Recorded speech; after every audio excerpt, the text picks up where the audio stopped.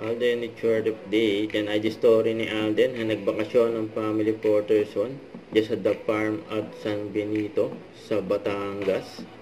At dyan din nag-celebrate ng birthday si Lola Linda. Happy birthday. Ayun pa nga si Ate April. And happy birthday kay Lola Linda. And dyan din si Tita Joanne. And si Risa. And nagpiano pa nga si Daddy Bay. Ayun, galing magpiano. Ayun, sa nanonood, nakikinig.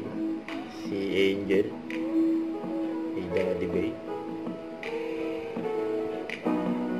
Si Aden lang hindi nagpakita.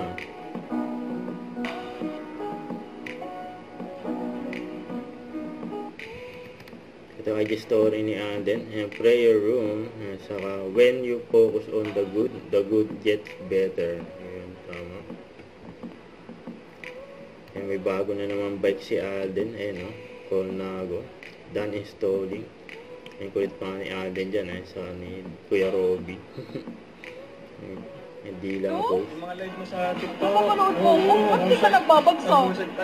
Kailangan ba magbagsak? Don't forget to subscribe, click the notification bell for more update. This is Richard Reaction Vlog. Stay tuned for more videos.